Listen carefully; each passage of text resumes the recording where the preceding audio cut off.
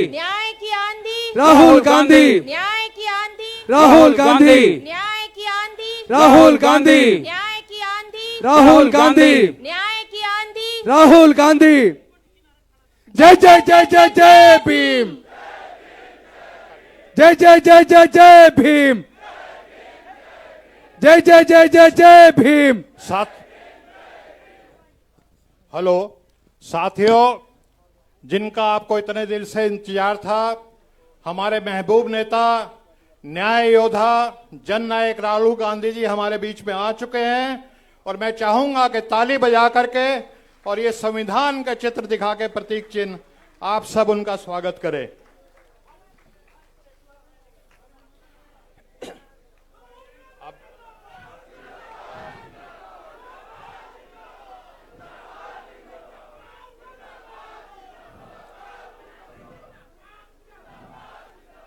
अब मैं चाहूंगा अपनी टीम से कि हमारे टीम के जितने भी सदस्य हैं, सब जो हमारे बीच में गणमान्य व्यक्ति उपस्थित हैं, उनके लिए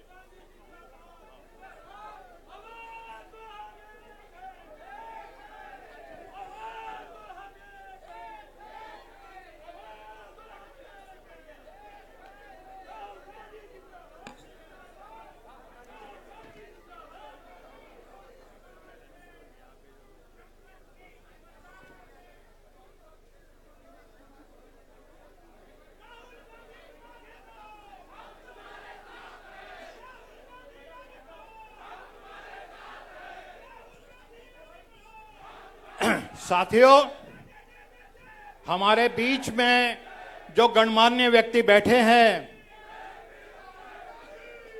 श्री बुद्धराम मुंडा जी, जो कि बिरसा मुंडा परिवार से हैं, उनके ग्रैंडसन हैं, हमारे बीच में उपस्थित हैं।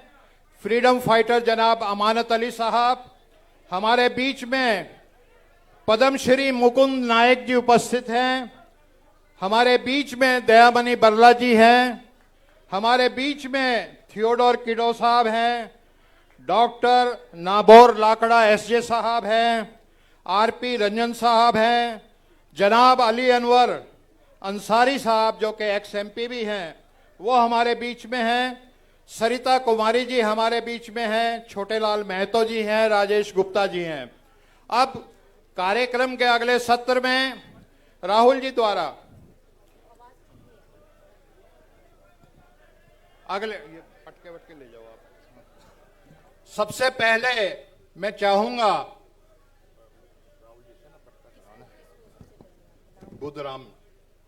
श्री बुद्धराम मुंडा जी जो हमारे बीच में मौजूद हैं, उनको ये एक प्रतीक पटका पहना करके उनको सम्मानित किया जाएगा। इसके बाद मैं चाहूंगा हमारी टीम को कि हमारे बीच में अमानत अली साहब हैं, जो कि वयोवृद्ध स्वतंत्रता सेनानी हैं, जिन्होंने एक समय में गांधी जी के साथ, नेहरू जी के साथ आजादी की लड़ाई लड़ी और उनके साथ विधायक भी रहे। हमारे बीच में पद्मश्री मुकुंद नायक जी मौजूद हैं। मुकुंद जी, अशोक जी,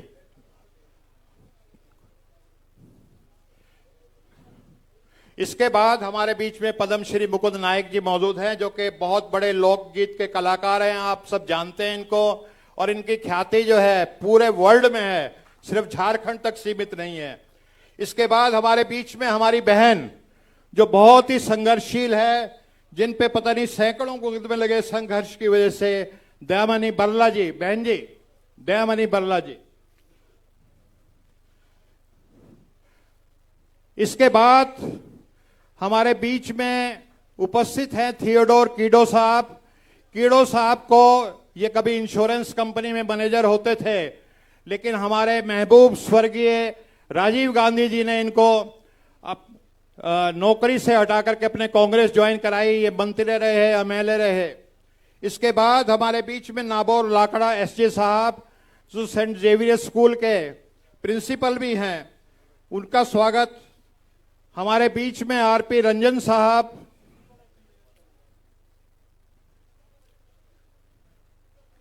शंभू पासवान जी, अशोक जी इधर।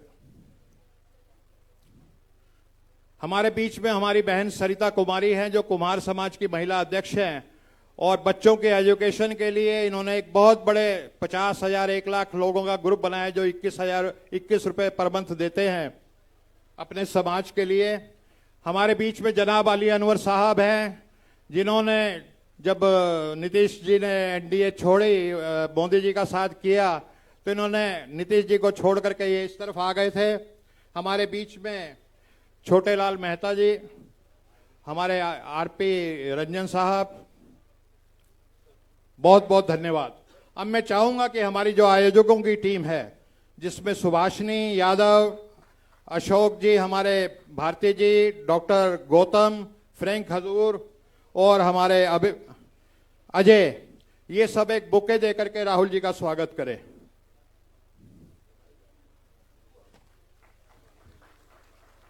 हमारे बीच में जो ये इवेंट हो रहा है ये public school and children welfare association Jharkhand, उसके तत्वाधान में हो रहा है। उसके हमारे साथी हैं आलोक कुमार दुबे जी, और उनके साथ लाल किशोर सहदेव जी, डॉक्टर राजेश गुप्ता जी, सुश्री फलक फातिमा जी, नीरज कुमार जी, मेहुल दुबे जी एक मोमेंटो दे करके राहुल जी का स्वागत करेंगे।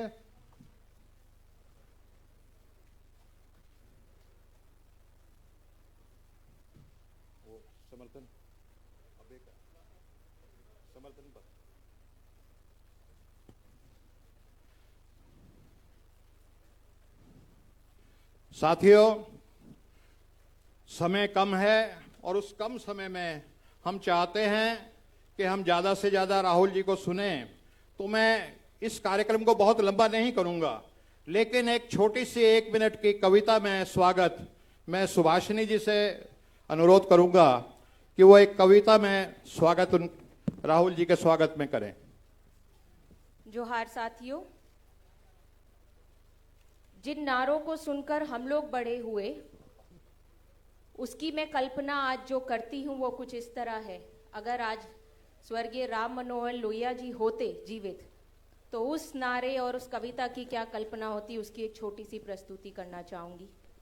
गांधी ने बांधी गांठ, पिछड़ा पावे 100 में 60, राजपाट है किसके हाथ, तानाशाह और बलशाली। बलशाली की क्या है पहचान, खिटपिट बोले करे ना काम। कमजोर की है क्या पहचान, करे काम और सहे अपमान। बाहर से आए लुटेरे देश लूट के यहां से चले गए, अब देश के अंदर के लुटेरों को भी निपटाना होगा। चंद पूंजीपतियों से काम नहीं चलेगा, उनका नाम नहीं होगा, फिर से देश गुलाम नहीं होगा। राजा का बेटा हो या चपड़ासी की हो संतान, हो अंबानी अडानी या गरीब का बेटा, सबकी शिक्षा एक समान। जाति जनगणना जो ना कर सके वो सरकार निकम्मी है, जो सरकार निकम्मी है वो सरकार। जाति जनगणना जो ना कर सके वो सरकार निकम्मी है, जो सरकार निकम्मी है वो सरकार बदलनी है। जुल्म करो मत, जुल्म सहो मत, जीना है तो मरना सीखो, कदम कदम पर लड़ना सीखो। नफरत के बाजार में मोहब्बत की दुकान खोलना सीखो। साथियों, राहुल गांधी ने बांधी गांठ, पिछड़ा पावे 100 में 60। मैं चाहूंगी आप लोग ये दोहराइए, राहुल गांधी ने बांधी गांठ, पिछड़ा पावे। बहुत बहुत धन्यवाद। धन्यवाद सुभाषिनी जी। अब मेरे हाथ में एक ये एनवलप है और ये एनवलप है जिसमें लगभग 200 सामाजिक संगठन जो दलितों के लिए, मूल निवासियों के लिए, पिछड़ों के लिए, अल्पसंख्यकों के लिए, गरीबों के लिए काम करते हैं, उन संगठनों ने इस सम्मेलन के लिए अपना समर्थन दिया है। तो ये सारे समर्थन पत्र मैं आप सबकी तरफ से राहुल जी को देना चाहता हूं।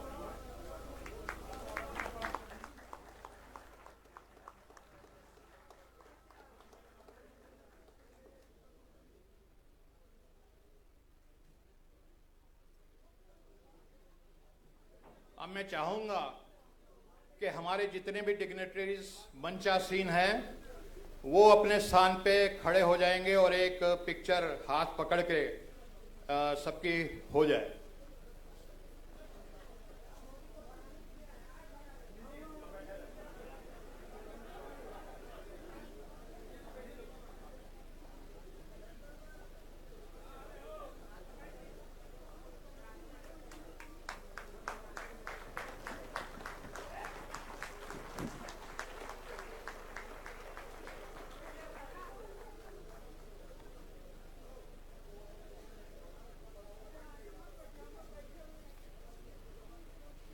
न्याय योद्धा राहुल जी, आपके आने से पहले इस सम्मेलन में विभिन्न श्रेणियों को लेकर के, हमारे दलितों को लेकर के, ओबीसी को लेकर के, हमारे अल्पसंख्यक समुदाय को लेकर के और मूल निवासियों को लेकर के एक लंबे पैनल डिस्कशंस हुए।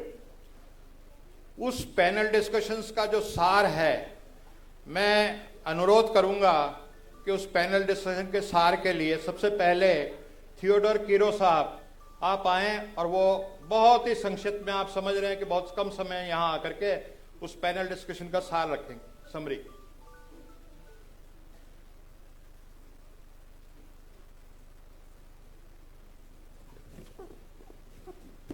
अति सम्मानित न्याय योद्धा माननीय राहुल गांधी जी और मंच में मंचासीन सभी प्रबुद्ध मेरे पिता, भाई, बहन, नेतागण और सामने इस सभागार में सभी सम्मानित प्रबुद्ध नेतागण, सामाजिक कार्यकर्ता मन, प्रिय भाइयों, बहनों और प्रेस के बंधुगण, मैं आदिवासी समाज के प्रबुद्ध वक्ताओं द्वारा जो वो बातें रखी गई हैं उनको मैं एक एक लाइन में सम्मानित राहुल जी के सामने रखना चाहता हूं। नंबर 1, राज्य में 5वीं अनुसूची पेशा कानून के अक्षरशः अनुपालन। दूसरा, सरना धर्म कोड की मांग। तीसरा, CNTSPT कानून का सख्ती से अनुपालन। चौथा, झारखंड में केंद्रीय आदिवासी विश्वविद्यालय की स्थापना। 5वां, विस्थापितों और मजदूरों के लिए उपयुक्त नीति की जरूरत। 6ठा, भूयहर, मुंडा, उरांव सहित कतिपय जातियों को ST लिस्ट में शामिल करने पर विचार आदि विषयों पर चर्चाएं की गई। बहुत बहुत धन्यवाद। जोहार। अब मैं अनुरोध करूंगा RP रंजन साहब से कि जो हमारे शेड्यूल कास्ट दलित भाइयों की समस्याओं को लेकर के चर्चाएं हुई, उनका बहुत ही संक्षिप्त में आप समरी रखें।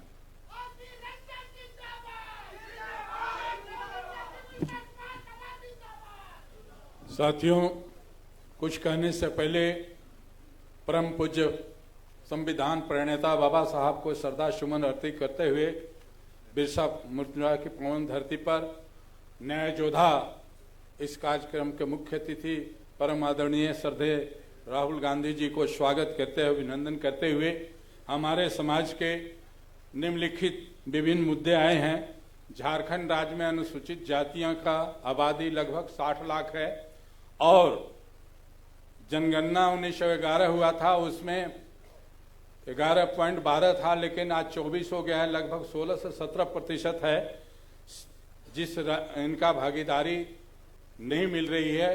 कोई न्याय बोर्ड, निगम, कहीं भी इनकी कोई भागीदारी नहीं मिल रही है। और दूसरी बात कि झारखंड राज्य में परिसीमन लागू होना था, हमारे आबादी के अनुकूल सीटें बढ़नी चाहिए, वो सीट भी नहीं बढ़ रही है। और हमारे जो रिजर्व सीट हैं, जहां पर 5 बार कमला कुमारी जी कांग्रेस के सांसद रही हैं, वो भी सीट आज पलामू में हम लोग देखते हैं कि शेड्यूल कास्ट के बहुल क्षेत्र था, वहां पर अगर हमारी पार्टी कांग्रेस अगर चुनाव लड़ती तो एक सांसद और बनता। तो इन सब मुद्दों के लेके हम अनुसूचित जाति के लोग बीच में खड़े हुए हैं कि हम राहुल जी के साथ सब मिलके वोट तो करना चाहते हैं, लेकिन हमें सीटें नहीं मिलती है। हम मजबूर होके आज हमारे कुछ लोग समाज में जो भागीदारी नहीं मिल रही है उसके चलते दूसरी तरफ चले जाते हैं। दूसरी बात, झारखंड में 60 लाख आबादी है, 50% लैंडलेस है, जिनके पास रहने के लिए आवास नहीं, सरकारी जमीनों में रहते हैं, उनको कोई विकल्प नहीं है, उनकी डोमिसाइल नहीं बनती है, नौकरी चाकरी में भागीदारी नहीं हो पा रही है। इन तमाम मुद्दों पर गहन चर्चा करने के बाद मैं माननीय न्याय योद्धा राहुल गांधी जी से, जिन्होंने संसद में नारा दिया है कि जिसकी जितनी संख्या भारी उसकी उतनी भागीदारी, और उस भागीदारी के हम लोग प्रेरित होकर दूसरे जगह से छोड़कर आज आपके बीच बड़े स्वाभिमान के साथ आपके साथ लड़ने के लिए तैयार हैं। हमारा समाज पूरा आपके साथ खड़ा है, इसमें कोई शक नहीं है। जब तक हमारी संविधान की रक्षा नहीं होगा, संविधान की रक्षा करने वाले परम आदरणीय केवल राहुल गांधी जी ने सदन में मांग किया और उन्होंने ये भी कहा कि जिसका जितना संख्या भारी उसकी उतनी भागीदारी, और जातीय जनगणना बहुत जरूरी। लंबा समय बात नहीं कर सकता, इन्हीं चंद बिंदुओं के साथ मैं अपनी पुनः वाणी पर विराम देते हुए परम आदरणीय श्रद्धेय राहुल गांधी जी को हार्दिक दिल से झारखंड के धरती पर अभिनंदन और सहयोग के लिए हम लोग समर्पित हैं। कोटि कोटि उनका धन्यवाद जो हम लोग को अवसर दिया है और एक परिवार बना दिया। SC ST OBC आज एक मंच पर बैठ के आपके बीच में हम लोग अपनी मुद्दा को रखा है। इन्हीं चंद शब्दों के साथ जय भीम, जय झारखंड, राहुल गांधी जिंदाबाद, राहुल गांधी जिंदाबाद, धन्यवाद, जय हिंद। जिंदाबाद जिंदाबाद।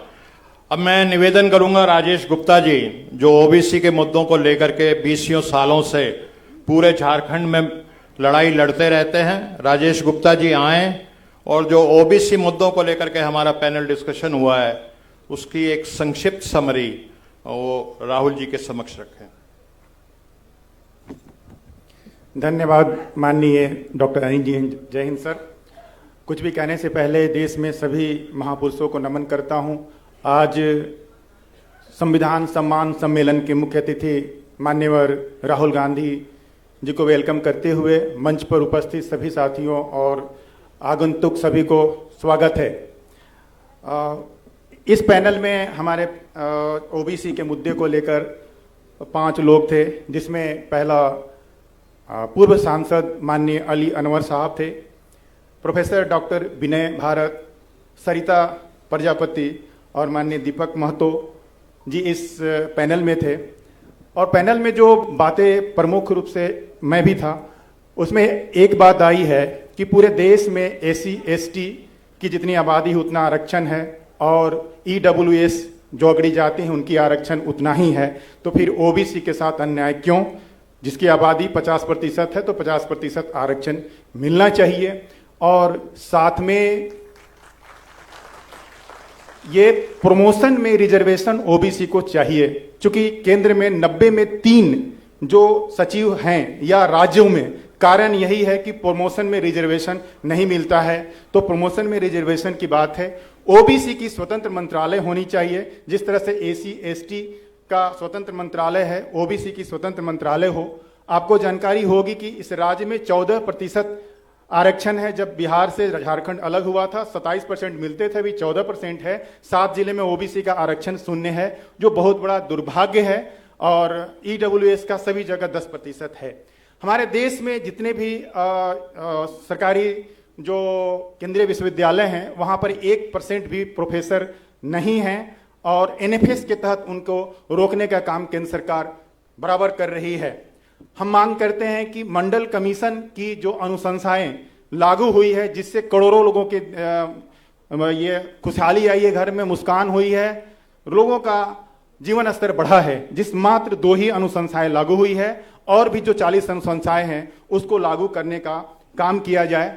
और अंत में इस राज्य में प्रतिनिधित्व आबादी 55% है राज्य पिछड़ा वर्ग आयोग के अनुसार।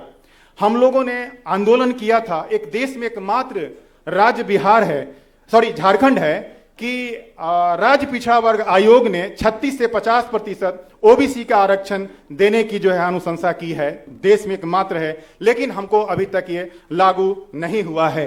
हमें राजनीतिक भागीदारी भी चाहिए। राजनीतिक भागीदारी से हमारा समाज ज्यादा जुड़ा होता है। तो हम यही मांगों के साथ अपनी बात को समाप्त करता हूं। धन्यवाद। जय ओबीसी, जय संविधान। धन्यवाद राजेश गुप्ता जी। और अब मैं निवेदन करूंगा, हमारे बीच में एक बहुत ही लेखक, चिंतक और सोशलिस्ट फैक्टर मैगजीन के एडिटर फ्रैंक हजूर साहब हैं, जो माइनॉरिटीज को लेकर के पैनल डिस्कशन हुआ, उससे बहुत ही संक्षिप्त में फ्रैंक हजूर साहब अपनी बात रखते हैं। बहुत बहुत शुक्रिया doctor Jayant sir. Honourable leader of opposition Rahul Gandhi ji, जो मेन एंग्जाइटी, जो मेन चिंता निकल कर आई इस पैनल डिस्कशन में, जिसमें कि रिप्रेजेंटेशन हमने माइनॉरिटीज़ के हर सेगमेंट को दिया। मुसलमान भाई भी थे, क्रिश्चियन कम्युनिटी से भी रिप्रेजेंटेशन रहा, फादर सेंट जेवियर्स कॉलेज के प्रिंसिपल रहे, सरदार ज्योति सिंह माथुरा भी थे, अबरार अहमद थे, मुख्तार अहमद थे।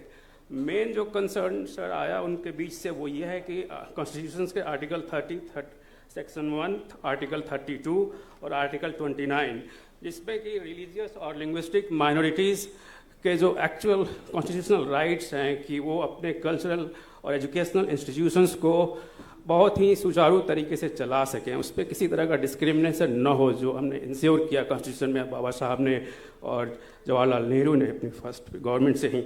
उसमें उन्हें लग रहा है कि कुछ डिस्क्रिमिनेशन हो रहा है, फेवरेटिज्म कहीं हो रही है। उसके अलावा उर्दू और स्कूलों को झारखंड में बिल्कुल ही क्लोजर का सामना करना पड़ रहा है, जो ऑफ कोर्स आर्टिकल 347 और 350A का वायलेशन है कॉन्स्टिट्यूशन का। साथ ही साथ हमारे बहुत ही खास एक बहुत ही एक्सपीरियंस्ड कैंपेनर सहाफ़ी यहाँ भी हमारे साथ पैनल में थे, जिनका नाम सैयद सहरोज कमर है, जो 40 साल से सहाफ़त में एक बड़ा नाम है झारखंड की सरजमी पर। उनका कहना है कि मॉब लिंचिंग को लेके खासकर झारखंड में पिछले 8 सालों में मोर देन 1.5 डजन लिंचिंग हुई है मुसलमान भाइयों की। तो उसके लिए आप कोशिश करें कि ऐसी गारंटी मिले अमेंडमेंट में या लेजिस्लेशन के थ्रू, ताकि इस पे लगाम लग सके। Thank you very much. ये मेन चिंता थी। थैंक यू फ्रैंक हजूर साहब। और आप जैसा कि आप देख रहे हैं, हमारे बीच में झारखंड की शान पद्मश्री मुकुंद नायक जी मौजूद हैं। तो वो हमारे बीच में मौजूद हों और अब उनको ना सुने, ऐसा तो हो नहीं सकता।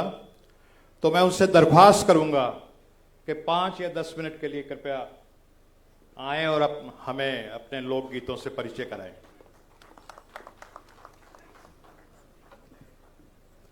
आए जी सभाकर मुख्य अतिथि हमरेकर न्याय योद्धा राहुल गांधी जी के हम अपन बट से झारखंड कर कलाकार मन बट से हार्दिक अभिनंदन करथी, स्वागत करथी। तो कुछ बात कहने से पहले मैं जो बात को शुरू किया था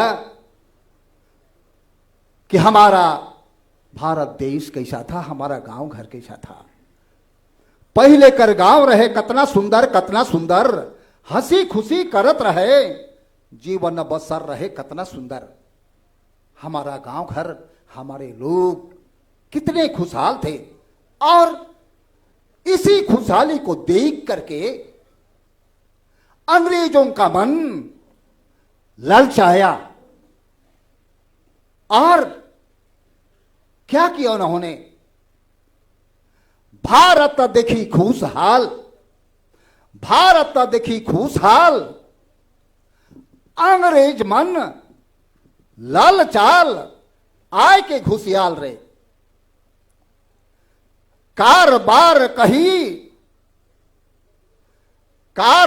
कही सगरे, पांव पसारे रे। अंग्रेज यहां आए, कार बार कही सगरे पांव पसारे रे, कर ले ले देसे आपन अधिकारे। और क्या हुआ? हमारा देश, हमारा आप, हमारे पूर्वज गुलाम बन गए। लेकिन हमारे पूर्वज चुपचाप नहीं रहे और राहुल गांधी जी का परिवार भी उस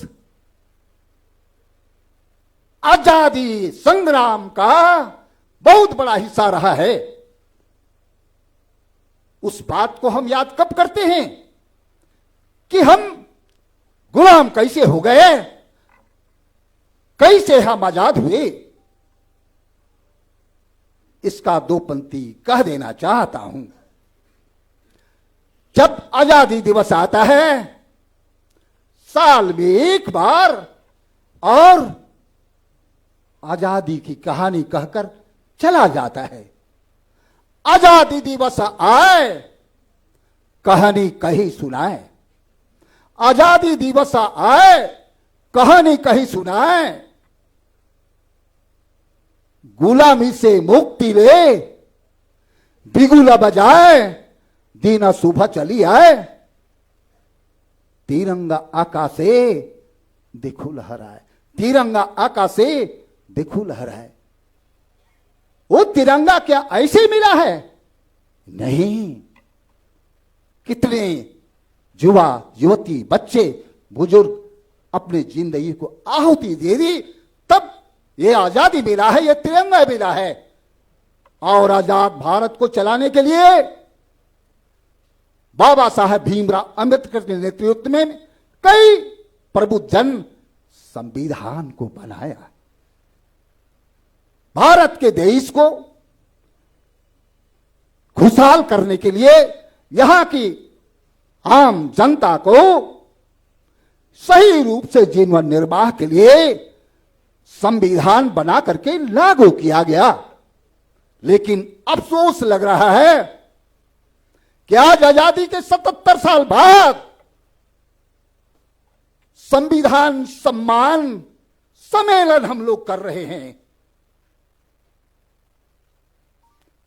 लगता है यह बहुत चिंता की बात है। चलिए, मैं ज्यादा भाषण नहीं दूंगा। मैं एक कलाकार हूं। संविधान में प्रोविजन है कि किसी भी क्षेत्र के बोली भाखा गीत संगीत अखड़ा धुमकारियों को बचाना है, बढ़ाना है। लेकिन आज विकास के आंधी में, ग्लोबलाइजेशन के क्रम में क्या हो रहा है? नो डाउट हम भारत को विकसित बनाने के मुहिम में हैं, विकसित बनना चाहिए। लेकिन जब तक एक एक तत्व मानव का संरक्षित नहीं होगा, एक एक व्यक्ति जब तक खुशहाल नहीं होगा, तो उस विकसित भारत का कोई औचित्य नहीं है। इसलिए मैं यही कहना चाहता हूं कि संविधान को हम सब मिलकर बचाएं। दो कड़ी उसका मैं गीत के माध्यम से कहना चाहता हूं। राहुल साहब कहा थी ये बात से के सुनो तरी ध्यान से, कहा थी ये बात से के सुनो तरी ध्यान से, भारतीय संविधान के मिल के बचाए दो, मिल के बढ़ाए दो।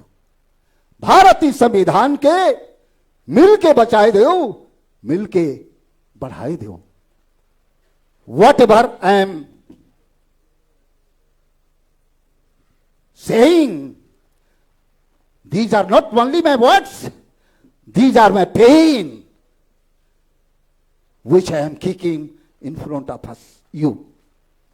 What I am saying, please listen carefully and please save, protect our Indian constituency and please promote, take ahead our constitution.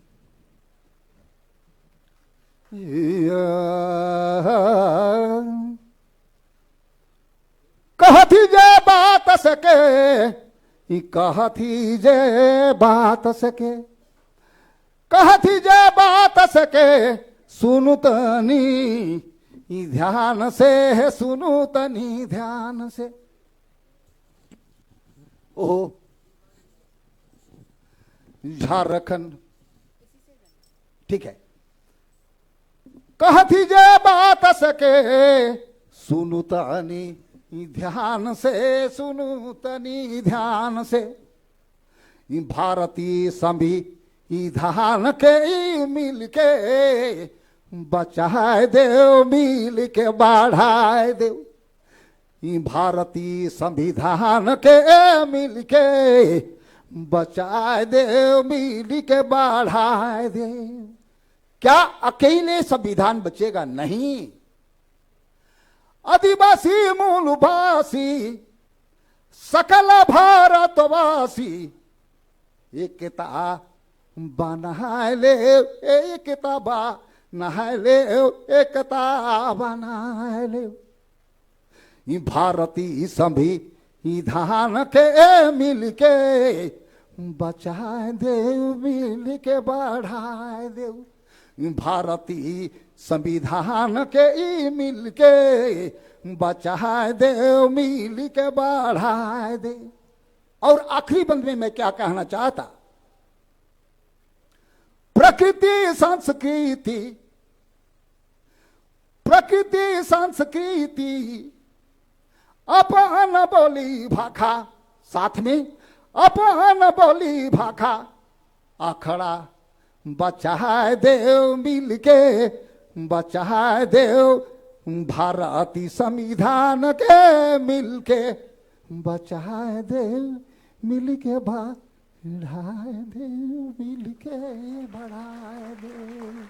जय हिंद, जय भारत, जय झारखंड, जय संविधान। धन्यवाद।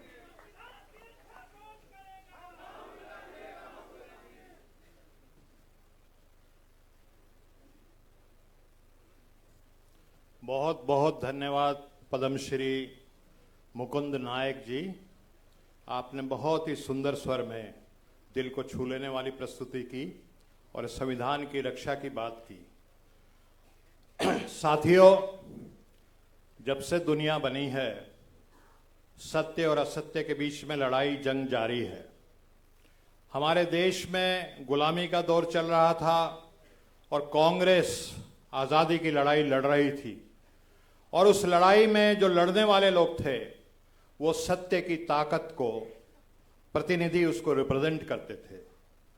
कांग्रेस पार्टी ने 31 मार्च 1931 को कराची में एक अधिवेशन किया और उस अधिवेशन में एक प्रस्ताव पारित किया कि जब भी ये देश आज़ाद होगा, इस देश में सभी नागरिकों को, चाहे वो किसी भी धर्म के हों, चाहे वो किसी भी जाति के हों, चाहे वो किसी भाषा को बोलते हों, किसी भी क्षेत्र के हों, सबको बराबर का फंडामेंटल सिविल राइट्स मिलेंगे, बराबर का अधिकार मिलेगा, लोकतंत्र कायम होगा और सबको वोट का अधिकार मिलेगा और सब लोग हजारों साल के इतिहास में पहली बार ये तय करेंगे कि हमारे देश में हुक्मरान कौन बनेगा। साथियों, देश आजाद होता है, महात्मा गांधी, पंडित जवाहरलाल नेहरू, सरदार पटेल, मौलाना आजाद सब मिलकर के बैठते हैं और वो सोचते हैं कि संविधान जो हमने 1931 में प्रस्ताव पारित किया था, अगर वैसा संविधान बनाना है तो किस व्यक्ति को चुने। और सब फैसला करते हैं कि बाबा साहब भीमराव अंबेडकर वो इस काम के लिए सबसे काबिल और सबसे उचित व्यक्ति रहेंगे। और साथियों, एक बात मैं आपको ध्यान दिला देना चाहता हूं,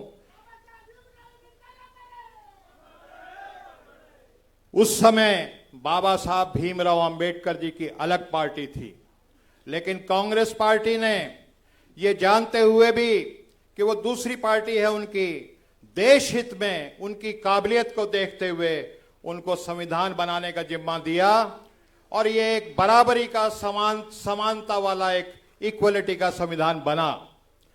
और अगर आप और हम अपनी पिछली 3-4 पीढ़ियों में देखेंगे तो इस संविधान की वजह से हमने पीढ़ी दर पीढ़ी तरक्की की है। लेकिन आज वो ताकतें जो असत्य की ताकतें हैं, जो चाहती हैं इस मुल्क में विषमता हो, जो इस मुल्क की जो धन और दौलत है, जो इसकी समृद्धि है, जो मान सम्मान है, वो चंद मुट्ठी भर लोगों के हाथ में आ जाए और वो सबको ना मिले, वो ताकतें आज फांसीवादी ताकतें इस संविधान पे लगातार अटैक कर रही है। और उनके मंसूबे थे पिछले चुनाव में कि अगर 400 सीटें आ जाएंगी तो हम इस संविधान को बदल देंगे। लेकिन मैं बधाई देना चाहता हूं इस देश के दलितों को, पिछड़ों को और मूल निवासियों को, हमारे अकलियत के भाइयों को और हमारे लोकतंत्र में विश्वास करने वाले सभी भारतीय नागरिकों को कि उनके मंसूबों पे आप सबने पानी फेरा। लेकिन जंग अभी जारी है और आज किसी समय हमारे बीच में बिरसा मुंडा जी के परिवार के बैठे हुए हैं, उनके ग्रैंडसन जी बुद्धराम मुंडा जी। कभी अन्याय के खिलाफ, शोषण के खिलाफ, वंचना के खिलाफ बिरसा मुंडा जी ने लड़ाई लड़ी थी। लेकिन आज अगर कोई शख्स लड़ाई लड़ रहा है न्याय के लिए, शोषण और वंचना के खिलाफ, आप दुनिया के देश के किसी भी कोने में चले जाएं, अगर आप नाम पूछेंगे तो क्या नाम निकल के आएगा वो आप बोलेंगे, जी राहुल गांधी। तो अब मैं आप सबकी दिलों की धड़कन, आपके महबूब नेता राहुल गांधी जी से निवेदन करूंगा कि वो आए और अपने उद्बोधन से हमें प्रबुद्ध और आलोकित करें। राहुल गांधी जी।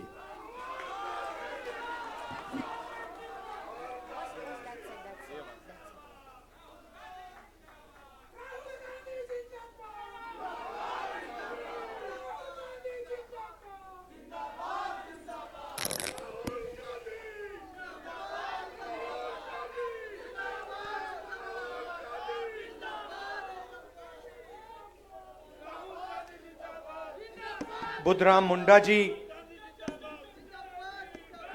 फ्रीडम फाइटर जनाब अमावत अली जी, अनिल जयहिंद जी, दायामणि बारला जी, थियोडोर किडो जी, फादर नबोर लाखरा जी, आरपी रंजन जी, अर्जुन राम भूया जी, शंभू पासवान जी, अली अनवर अंसारी जी, सरिता कुमारी प्रजापति जी, छोटेलाल महतो जी, राजेश गुप्ता जी।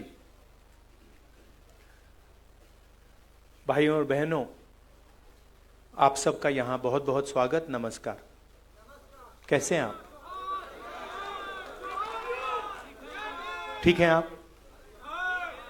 मैं देख रहा था वहां पे पोस्टर पे लिखा है संविधान सम्मान सम्मेलन, मगर सच्चाई ये है, सम्मान सम्मेलन तो है, मगर आज संविधान की रक्षा की जरूरत है। सिर्फ सम्मान से बात नहीं बनेगी। हम सम्मान करें और उसकी रक्षा ना करें तो सम्मान करने का कोई मतलब नहीं रहेगा, क्योंकि इस पे आक्रमण हो रहा है।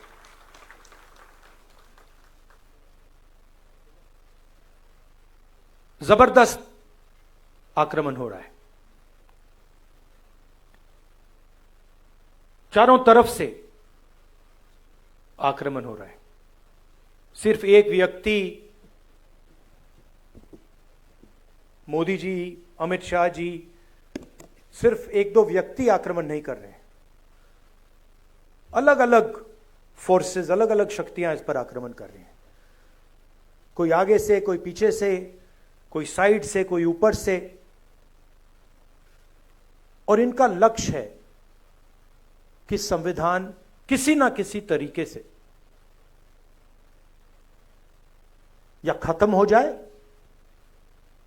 या फिर खोखला बना दिया जाए।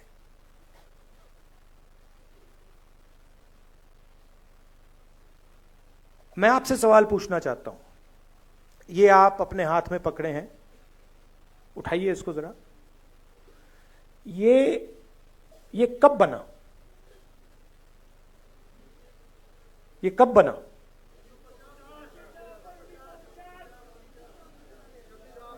$1950? हाँ,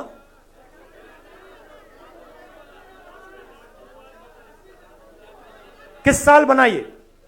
एक व्यक्ति बोलिए, आप बोलिए। 1949, कोई कह रहा है 1950, कोई कह रहा है 1949, कोई कह रहा है 1947। ठीक है, तो मैं आपसे अब दूसरा सवाल पूछता हूं। अगर बिरसा मुंडा जी नहीं होते तो यह बनता? अगर नारायण गुरु जी नहीं होते तो यह बनता?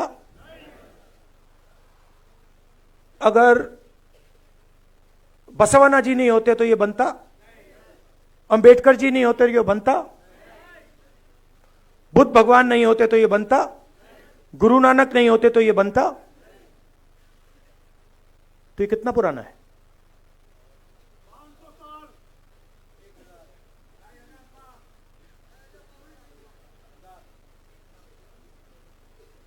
आपने कहा कि ये 50 साल पुराना है, 70 साल पुराना है, मगर ये 50 साल पुराना नहीं है, ये 70 साल पुराना नहीं है। ये इसके पीछे जो सोच है वो हजारों साल पुरानी सोच है। और सबसे पहले ये गुरु नानक जी, बिरसा मुंडा जी, अंबेडकर जी, गांधी जी, बसवना, नारायण गुरु, बुद्ध भगवान, उनकी सोच ने बनाया है। और ये जो लड़ाई चल रही है ये 50-70 साल पुरानी लड़ाई नहीं है, ये हजारों साल पुरानी लड़ाई है। तो अगर ये कॉन्स्टिट्यूशन बिरसा मुंडा जी की सोच का है, गुरु नानक, महावीर, बुद्ध भगवान, महावीर जी, अगर ये इनकी सोच का है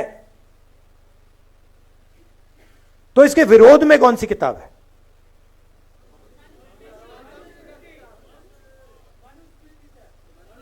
मनुस्मृति। ये जो लड़ाई चल रही है, और आपको ये गहराई से समझना होगा, ये लड़ाई कॉन्स्टिट्यूशन और मनुस्मृति के बीच में लड़ाई चल रही है। और ये नई लड़ाई नहीं है, ये हजारों सालों से लड़ाई चल रही है। अंबेडकर जी ने कहा एजुकेट,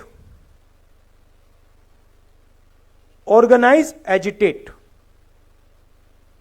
कहा।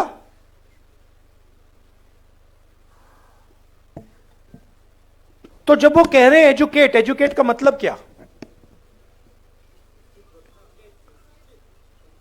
हां, किस चीज के बारे में? सिर्फ अपने संविधान को जानो, अपने हक को जानो, और मान लीजिए अगर एक युवा आज फिजिक्स बहुत अच्छी तरह समझ जाए, क्या अंबेडकर जी उसे एजुकेटेड कहते? क्यों नहीं? हाँ, अंबेडकर जी का मतलब यह था, एजुकेट का मतलब यह है कि आप कौन हो, आप कहां खड़े हो, आपके चारों ओर क्या हो रहा है, कौन कर रहा है, किस प्रकार से कर रहा है। एजुकेट का यह मतलब है। एजुकेट का मतलब यह नहीं कि आप कॉलेज में चले गए, आपने फिजिक्स की डिग्री ले ली, आपको अपना इतिहास नहीं मालूम, आपको अपनी हिस्ट्री नहीं मालूम, आपको अपनी समाज में जगह नहीं मालूम, तब आप एजुकेटेड नहीं हो। अब आज क्या हो रहा है मैं आपको बताता हूं। जब बीजेपी के लोग आदिवासी को वनवासी कहते हैं तो वो क्या करने की कोशिश कर रहे हैं? आपका जो इतिहास है, आपका जीने का तरीका है, आपकी फिलॉसफी है, आपकी साइंस है, मेडिकल साइंस है, जिसको आप हजारों साल से चला रहे हो, उसको वो खत्म करने की कोशिश कर रहे हैं। वो आपसे कह रहे हैं कि देखिए, आदिवासी का मतलब क्या? आदिवासी का मतलब जो सबसे पहले मालिक थे।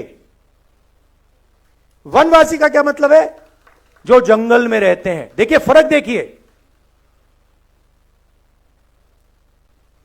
मान लीजिए यहां पे आप लोग बैठे हो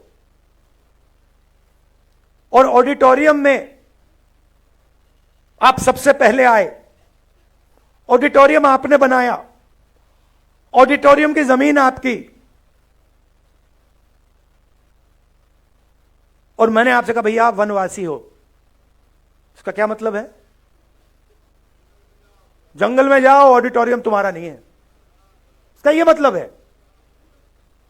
तो जब ये शब्द का प्रयोग करते हैं आदिवासी वनवासी, यह सिर्फ एक शब्द नहीं है, यह आपकी पूरी हिस्ट्री है। मैं हिंदुस्तान के एजुकेशन सिस्टम में पढ़ा हूं। स्कूलिंग मेरी पूरी हिंदुस्तान में हुई।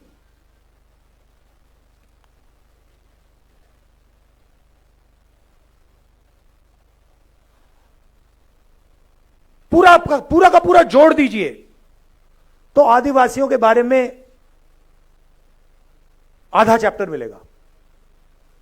10-15 लाइन मिलेंगी कि हां हिंदुस्तान में आदिवासी भी हैं, मगर इनकी हिस्ट्री क्या है,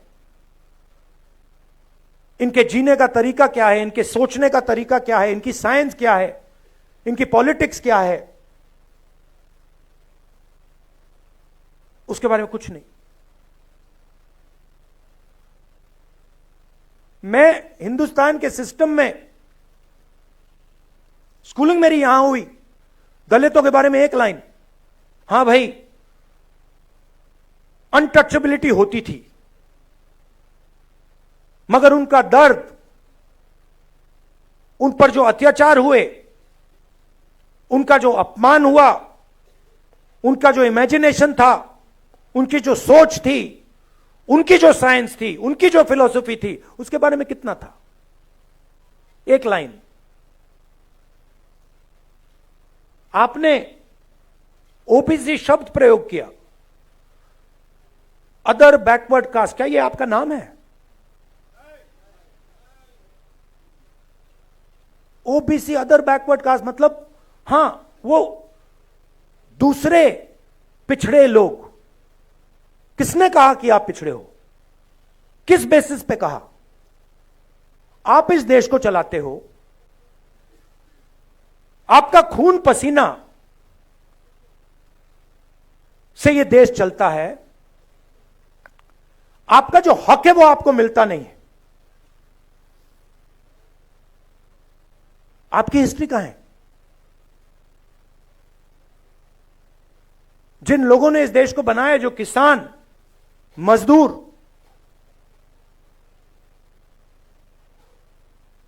बढ़ई, नाई, मोची, इनकी हिस्ट्री कहां है? कहां लिखा है? फाड़ दिया गया। जैसे कि हिंदुस्तान के 90% लोग हैं ही नहीं।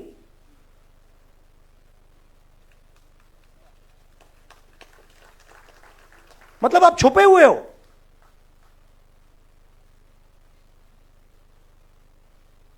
हिंदुस्तान के कॉर्पोरेट्स में देखिए आप, 250 कॉर्पोरेट्स की मैंने लिस्ट निकाली। कहां मैं देखता हूं भाई 90% आबादी में से यहां कितने हैं? 250 सबसे बड़ी कॉर्पोरेट्स में, मालिकों में, सीईओज में, सीनियर मैनेजमेंट में आपको एक ओबीसी नहीं मिलेगा, एक दलित नहीं मिलेगा, एक आदिवासी नहीं मिलेगा। करेक्ट? मैं यहां झूठ बोलने थोड़ी आया हूं। हलवा बांट रहे हैं वही, हलवा खा रहे हैं वही। अब उसमें एक और बात है, उसमें बेचारे गरीब जनरल कास्ट के भी लोग हैं 5-7%, उनको भी हलवा नहीं मिल रहा। आप ब्यूरोक्रेसी में देखिए। बहुत अच्छा लगा आपने 90 में से 3 की बात की। 90 में से 3 ओबीसी, 3 दलित, 1 आदिवासी। दलित की आबादी 15%, आदिवासियों की आबादी 8%, ओबीसी की आबादी कोई जानता नहीं है, कोई नहीं जानता। हम कह सकते हैं कि तकरीबन 50%।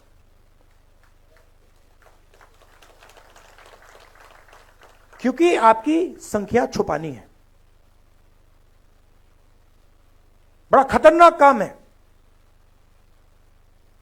अगर ओबीसी को अपनी सच्ची संख्या पता लग गई,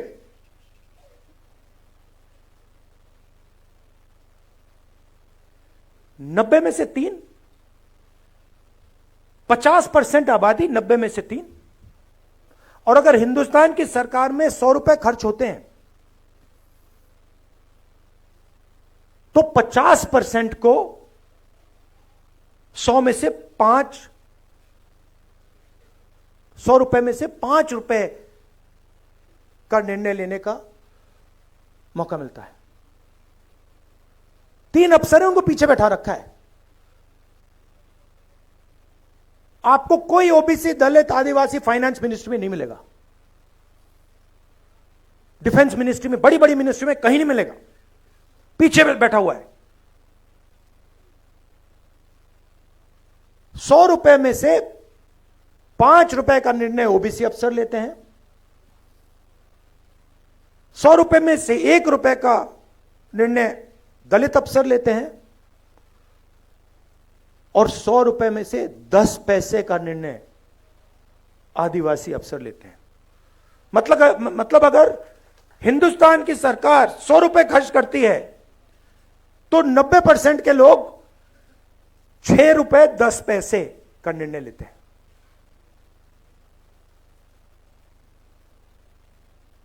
बॉलीवुड की बात करिए।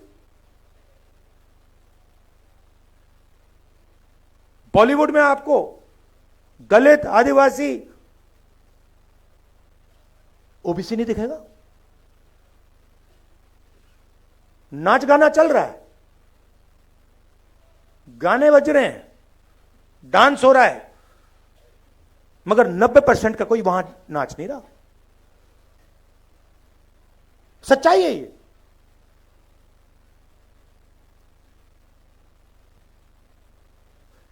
राष्ट्रपति आदिवासी वर्ग की हैं। पहली बार राष्ट्रपति जी को आदिवासी वर्ग से बनाया गया, मगर जब पार्लियामेंट का उद्घाटन होता है तो उन्हें कहा जाता है कि आप आदिवासी हैं, आप अंदर नहीं आ सकती हैं।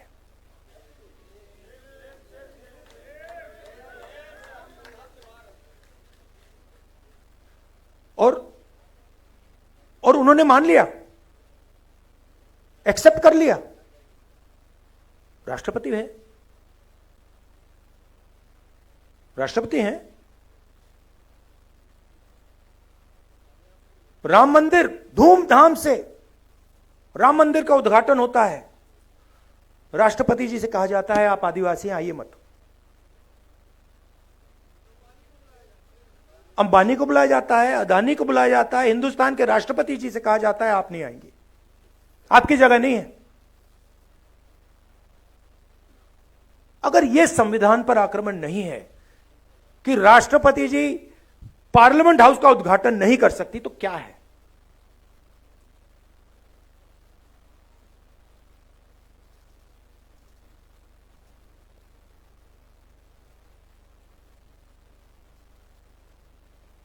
कहा गया था, संविधान में कहा गया है कि एक व्यक्ति को एक वोट का हक मिलेगा, इसमें लिखा है। और हिंदुस्तान का हर व्यक्ति एक जैसा है, कोई बड़ा नहीं है, कोई छोटा नहीं है, सबको वही हक मिलना चाहिए, कहा गया है। आप हिंदुस्तान की कोई भी संस्था देख लीजिए जो कॉन्स्टिट्यूशन को चलाती हैं, इस कॉन्स्टिट्यूशन की रक्षा कौन सी संस्था करती है बताइए? मीडिया करती है इसका? मीडिया को करना चाहिए? करती है? नहीं। इलेक्शन कमीशन इसकी रक्षा करता है? नहीं करता है। जो CBI, ED, income tax department के लोग हैं वो इसकी रक्षा करते हैं? नहीं। ब्यूरोक्रेसी के लोग इसकी रक्षा करते हैं? नहीं। क्यों? क्योंकि ये सारी की सारी संस्थाओं को बीजेपी ने कंट्रोल कर दिया है। पूरा देश जानता है कि मीडिया में 90% का कोई नहीं है। पत्रकारों को देखिए, एडिटर्स को देखिए, मालिकों को देखिए, मुझे बता दीजिए कौन सा अखबार है हिंदुस्तान में जिसको दलित, आदिवासी, पिछड़े वर्ग के लोग चला रहे हैं? मुझे बता दीजिए, मान जाऊं मैं, एक नहीं है। तो आपकी आवाज कहां है? कैसे निकल सकती है आपकी आवाज? आपकी आवाज आपके दिल में है, मगर हिंदुस्तान की संस्थाओं में नहीं है। Election commission, ministry, media, judiciary, कहां है आपकी आवाज? और फिर नरेंद्र मोदी जी कहते हैं मैं पिछड़ों का सम्मान करूंगा, दलितों का सम्मान करूंगा, आदिवासियों का सम्मान करूंगा, और फिर आपके हाथ से आपकी शक्ति छीन लेते हैं।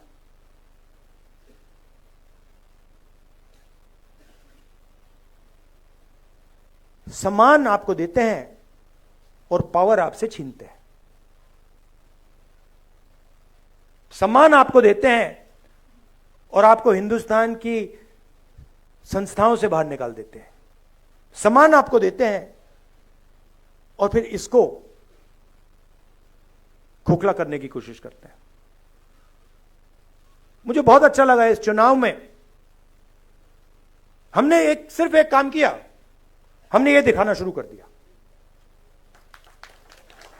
बहुत गहरी बात है ये। हमने सिर्फ ये दिखा के कहा कि भैया हम इसकी रक्षा करेंगे, आप इसको छुओ फिर देखो क्या होता है।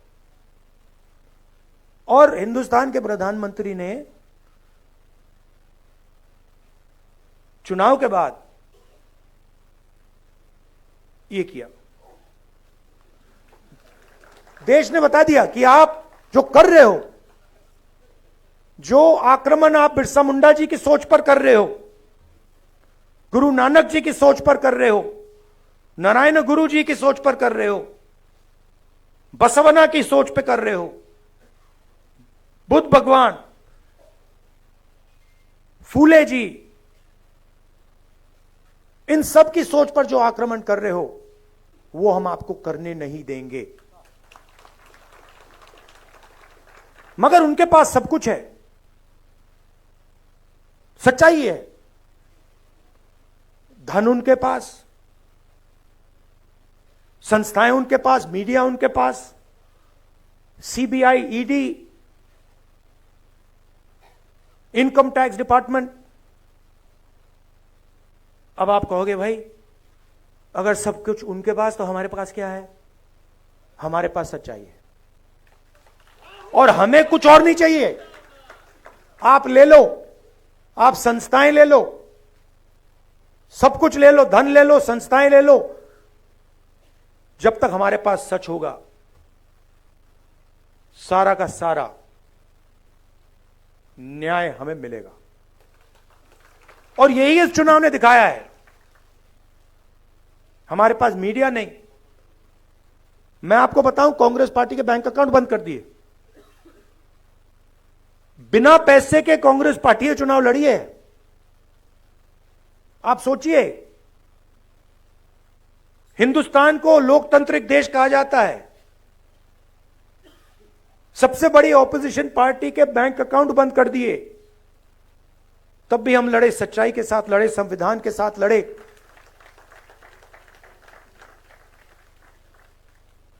और आजकल मोदी जी मुस्कुराते नहीं है, बंद हो गया, परमानेंटली बंद हो गया, भूल गए। तो अब मैंने आपसे यह कहा कि भाई लड़ाई हो रही है, युद्ध हो रहा है, दो विचारधाराओं के बीच युद्ध हो रहा है। अब यह भी बताना पड़ेगा रास्ता क्या है। देखिए, मैंने संस्थाओं की बात की, थोड़ा सा मैं आपको 2-3 आंकड़े देना चाहता हूं।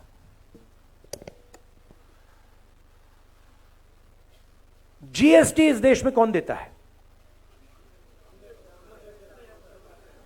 कौन देता है? 90% देता है। दलित, आदिवासी, पिछड़े वर्ग के लोग, गरीब, जनरल कास्ट के लोग देते हैं। यह आपने शर्ट कितने की खरीदी? ये आपने, हां आपने, ये कितने की खरीदी? 1,500 रुपए की। इस पे आपने जीएसटी कितनी दी? 18%। अगर यही अच्छा, अगर यही शर्ट अदानी या अंबानी खरीदें तो जितना टैक्स आपने दिया उतना टैक्स वो देते हैं। जीएसटी गरीब जनता से लिया जाता है, पिछड़ों से लिया जाता है, दलितों से लिया जाता है, आदिवासियों से लिया जाता है। अगर 100 रुपए आज हिंदुस्तान में, अगर 100 रुपए टैक्स में लिए जाते हैं, 40 रुपए आम आदमी की जेब से निकलते हैं, 26 रुपए हिंदुस्तान की सबसे बड़ी कंपनियों से आते हैं।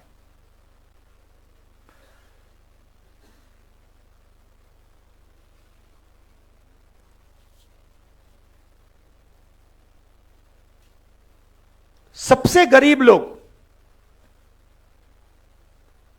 50% सबसे गरीब लोग 60% से ज्यादा जीएसटी देते हैं। सबसे अमीर 10% लोग जीएसटी का 3% देते हैं। सबसे अमीर लोग 3% और सबसे गरीब लोग 2/3। सबसे अमीर 1% के पास हिंदुस्तान का 40% धन है। ये जो आपको दिखते हैं 25-30 अरबपति, इनके पास हिंदुस्तान का 40% धन है। और जो सबसे गरीब 50% लोग हैं, इनके पास 3% हिंदुस्तान का धन है।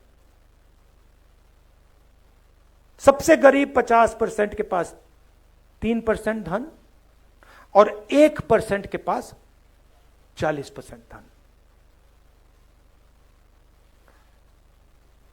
और अगर आप सबसे गरीब 50% को की आमदनी जोड़ दें तो उनकी पूरी आमदनी आप मिलाएंगे तो 13% बनती है। तो ये सिर्फ कॉन्स्टिट्यूशन पर आक्रमण नहीं हो रहा है, ये आपसे चोरी हो रही है। अब रास्ता क्या है? सबसे पहले हमने कहा है कि ये जो 50% का लिमिट लगा रखा है आरक्षण में, इसको हम, इस दीवार को हम तोड़ देंगे, हटा देंगे। और दूसरी बात, हम सच्चाई समझना चाहते हैं। हम समझना चाहते हैं कि इस देश में धन किसके हाथ में है, जमीन किसके हाथ में है, संस्थाएं किसके हाथ में है, कॉलेज, यूनिवर्सिटी किसके हाथ में है, सिर्फ हम पता लगाना चाहते हैं। हम यह भी नहीं कह रहे हैं कि उसके बाद होगा क्या। जैसे किसी को चोट लगती है, आपको कभी चोट लगी है, हाथ टूटा, आप गए, आपने कहा, डॉक्टर से कहा कि भैया एक्सरे करा दीजिए। डॉक्टर ने कहा कि हां भैया एक्सरे कराते हैं। फिर पता लगता है भैया हाथ कैसे टूटा है। अब पूरा देश जानता है कि दलितों को, आदिवासियों को, पिछड़ों को, गरीब जनरल कास्ट के लोगों को, माइनॉरिटीज को दर्द हो रहा है, सबको मालूम है। बेरोजगारी फैल रही है, महंगाई बढ़ती जा रही है, जॉब नहीं मिलता, सरकारी नौकरी नहीं मिलती, प्राइवेट सेक्टर बढ़ता जा रहा है, पब्लिक सेक्टर खत्म होता जा रहा है, चोट लग रही है। अब हम सिर्फ यह कह रहे हैं भैया चोट लग रही है, एक्सरे करा दो, पता लगाओ चोट क्यों लग रही है, कारण क्या है।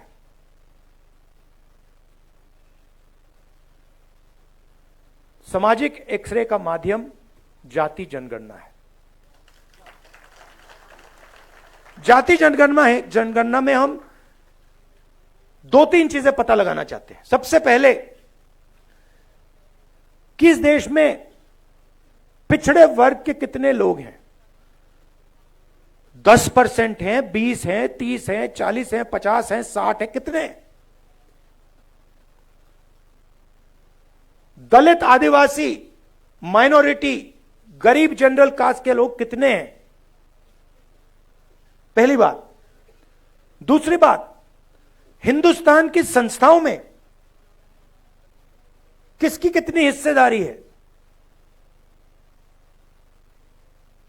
लीगल सिस्टम में किसकी हिस्सेदारी है, जुडिशरी में किसकी हिस्सेदारी है, ब्यूरोक्रेसी में किसकी हिस्सेदारी है, कॉर्पोरेट इंडिया में किसकी हिस्सेदारी है, हमारी संस्थाओं में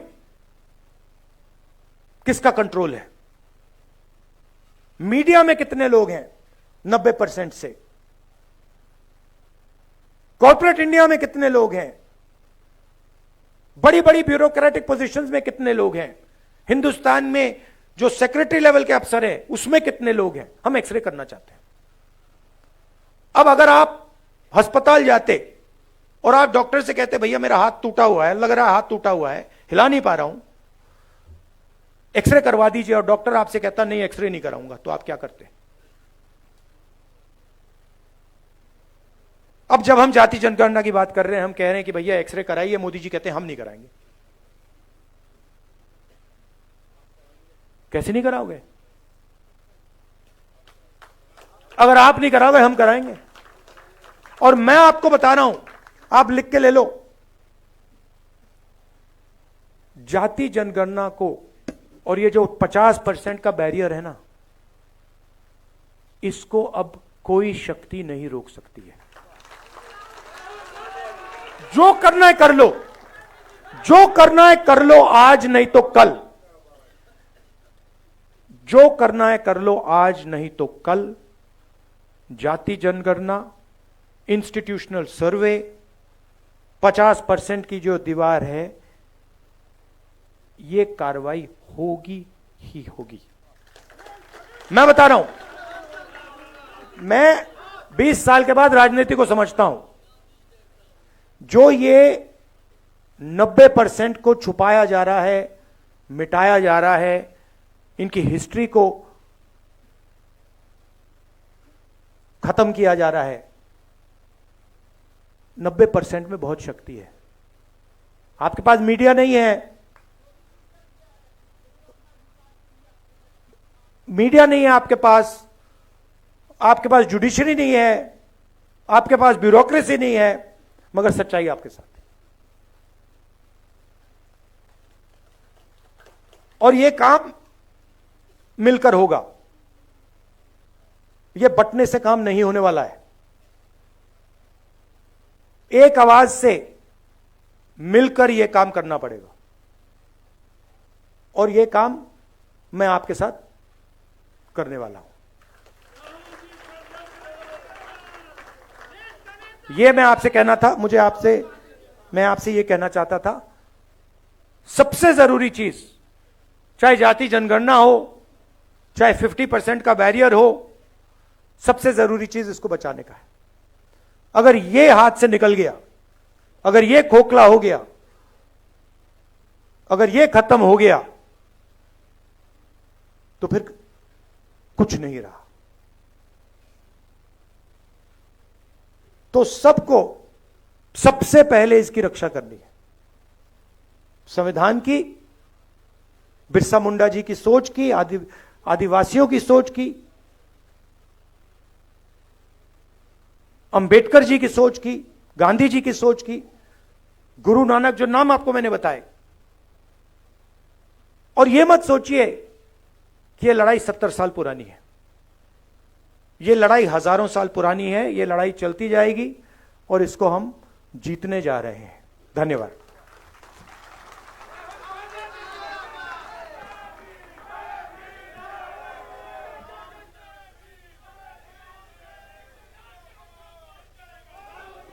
हेलो साथियों, हम सब संविधान को मानने वाले लोग हैं और राष्ट्रगान होगा। सभी संविधान का सम्मान करते हुए अपने स्थान पे रहेंगे। अभी राष्ट्रगान होगा और मैं निवेदन करूंगा, जो पैनलिस्ट लोग हैं जिन्होंने इससे पहले पैनल चर्चा में सम्मिलित रहे हैं, वो सब मंच पे आ जाएं, जो पिछले पैनल चर्चा में रहे हैं। जी, अपने स्थान पे रहें। हम संविधान का सम्मान करने वाले लोग हैं। राष्ट्रगान होगा, अपने स्थान पे बने रहें। राजेश गुप्ता जी तो स्टेज, विनय भारत आ जाएंगे, सब आ जाएंगे। सरिता प्रजापति जी, आरपी रंजन साहब, रामचंद्र राम, ललन आनंदकर, मनोज कुमार पासवान जी, वो मेरे को दे देना। बस ठीक है, बस और नहीं है, जल्दी से। सिर्फ पैनलिस्ट पीछे जी, इनको प्लेसमेंट।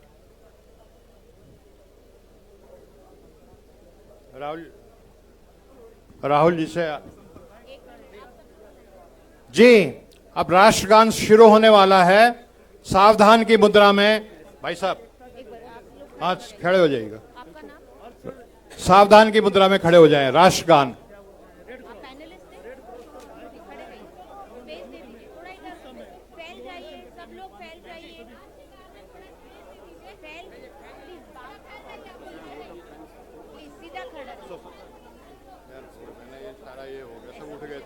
राहुल जी के बारे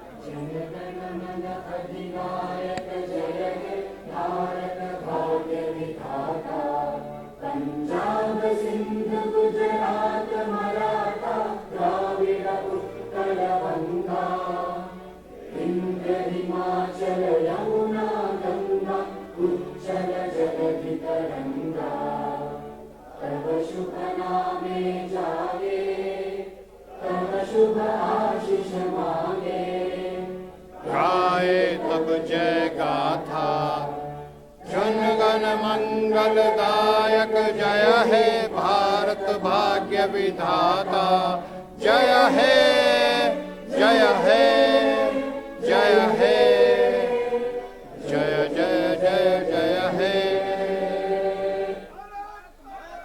जय हिंद।